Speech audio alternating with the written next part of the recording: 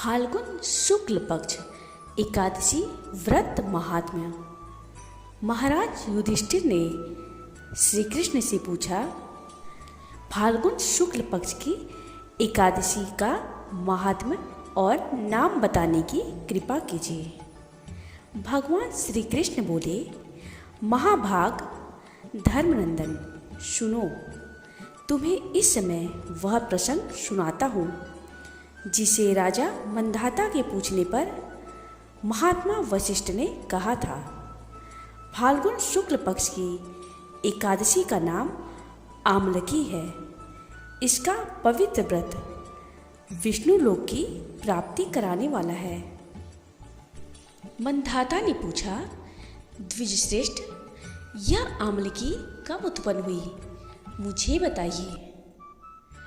वशिष्ठ जी ने कहा, महाभाग सुनो, पृथ्वी पर आमलकी की उत्पत्ति किस प्रकार हुई यह बताता हूँ।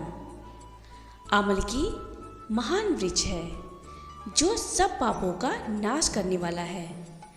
भगवान विष्णु के थूकने पर उनके मुख से चंद्रमा के समान कांतिमान एक बिंदु प्रकट हुआ।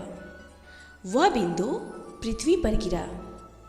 उसी से आमलकी, आंवले का महान वृक्ष उत्पन्न हुआ। यह सभी वृक्षों का आदिभूत कहलाता है। इसी समय समस्त प्रजा की सृष्टि करने के लिए भगवान ने ब्रह्मा जी को उत्पन्न किया। उन्हीं से इन प्रजाओं की सृष्टि हुई। देवता, दानव, गंधर्व, यक्ष, राक्षस, नाग तथा निर्मल अंतकरण वाले महर्षियों को ब्रह्मा जी ने जन्म दिया। उनमें से देवता और ऋषि उस स्थान पर आए जहाँ विष्णु प्रिया आमलकी का वृक्ष था।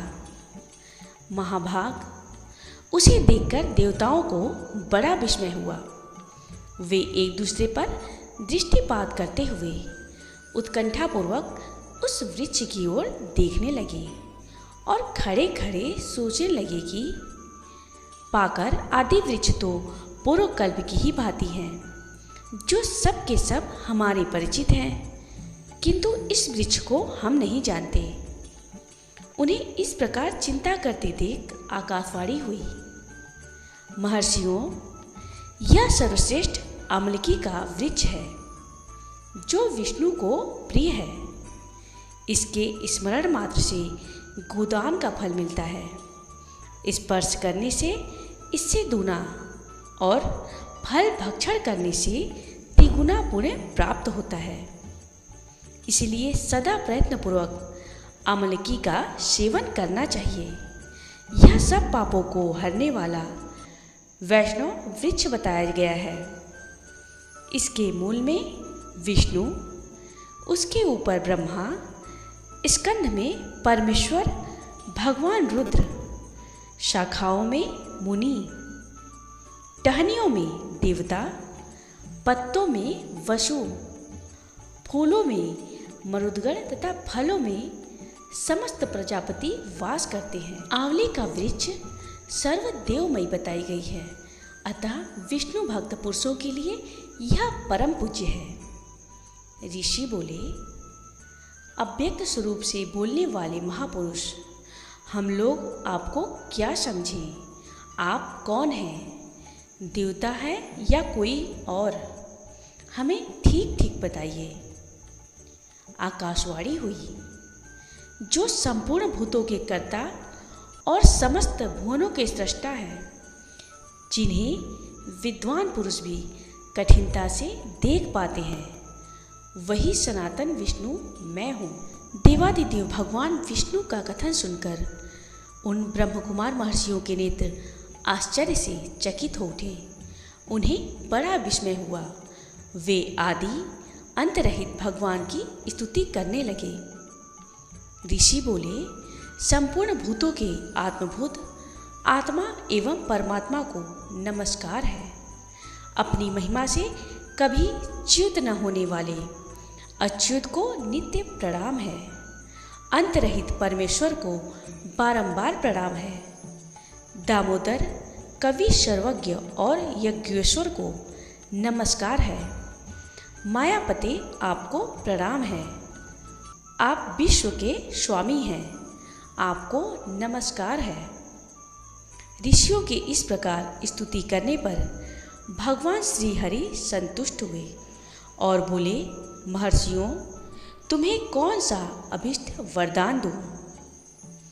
ऋषि बोले, भगवान, यदि आप संतुष्ट हैं तो हम लोगों के हित के लिए कोई ऐसा व्रत बतलाइए जो स्वर्ग और मोक्ष रूपी फल प्रदान करने वाला हो। भगवान श्री विष्णु बोले, महर्षियों, फाल्गुन शुक्ल पक्ष में यदि पुष्य नक्षत्र से युक्त द्वादशी हो तो वह महान पुण्य देने वाली और बड़े बड़े पातकों का नाश करने वाली होती है।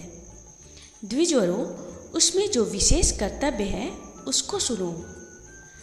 आंवले की एकादशी में आंवले के वृक्ष के पास जाकर वहाँ रात्रि में जागरण करना चाहिए। इससे मनुष्य सब पापों से छूट जाता है और सहस्त्र गोदानों का फल प्राप्त करता है। विप्रगण, यह व्रतों में उत्तम व्रत है जिसे मैंने तुम लोगों को बताया है। ऋषि बोले, भगवान, इस व्रत की विधि बतलाइए। यह कैसे पूर्ण होता है? इसके देवता, नमस्कार और मंत्र कौन से बताए गए हैं? उस समय स्नान और दान कैसे किया जाता है? पूजन की कौन सी विधि है तथा उसके लिए मंत्र क्या है? इन सब बातों का यथार्थ रूप से वर्णन कीजिए। भगवान विष्णु ने कहा, द्विजवरों, इस व्रत की जो उत्तम विधि है उसको श्रवण करो। एकादशी को प्रातःकाल दंत धावन करके यह संकल्प करे कि हे पुंडरीकाक्ष, हे अच्युत, मैं एकादशी को निराहार रहकर दूसरे दिन भोजन करूँगा। आप मुझे शरण में रखें। ऐसा नियम लेने के बाद पतित, चोर, पाखंडी, दुराचारी, मर्यादा भंग करने वाले तथा गुरु पत्नीगामी मनुष्यों से वार्तालाप न करें। अपने मन को वश में रखते हुए नदी में, पोखरे में, कुएं पर अथवा घर में ही स्नान करें। स्नान के पश्चात घर आकर पूजा और हवन करें। इसके बाद सब प्रकार की सामग्री लेकर आंवले के वृक्ष के पास जाएं। वहाँ वृक्ष के चारों ओर की जमीन झाड़ बुहार लीप पोत कर शुद्ध करें। शुद्ध की हुई भूमि में मंत्र पाठ पूर्वक जल से भरे हुए नवीन कलश की स्थापना करें। कलश में पंचरत्न और दिव्य गंध आदि छोड़ दें। श्वेत चंदन से उसको चर्चित करें। कंठ में फूल की माला पहनाएं। सब प्रकार के धूप की सुगंध फैलाएं। जलते हुए दीपकों की सीढ़ी सजाकर रखें।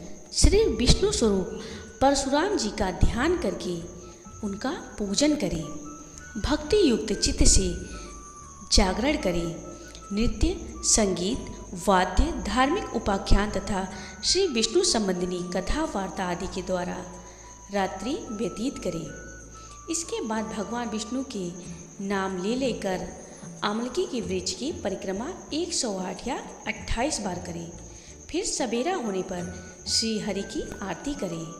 ब्राह्मण की पूजा करके वहाँ की सब सामग्री उसे निवेदन कर दें। सभी वस्तुएं ब्राह्मण को दान कर दे और यह भावना करे कि परशुराम जी के स्वरूप में आकर भगवान विष्णु मुझ पर प्रसन्न हो। तत्पश्चात आमलकी का स्पर्श करके उसकी प्रदक्षिणा करें और स्नान करने के बाद विधि पूर्वक ब्राह्मणों को भोजन कराएं। इसके पश्चात कुटुंबियों के साथ बैठकर स्वयं भी भोजन करें। ऐसा करने से जो पुण्य होता है वह सब बतलाता हूँ, सुनो। संपूर्ण तीर्थों के सेवन से जो पुण्य प्राप्त होता है तथा सब प्रकार के दान देने से जो फल मिलता है वह सब उपर्युक्त विधि के पालन से सुलभ होता है। समस्त यज्ञों की अपेक्षा भी अधिक फल मिलता है, इसमें तनिक भी संदेह नहीं है। यह व्रत सब व्रतों में उत्तम है, जिसका मैंने तुमसे पूरा वर्णन किया है। जो इस व्रत की कथा या महात्म को सुनता है उसे श्री विष्णु भगवान की कृपा अवश्य प्राप्त होती है। जय श्री कृष्ण, जय श्री कृष्ण।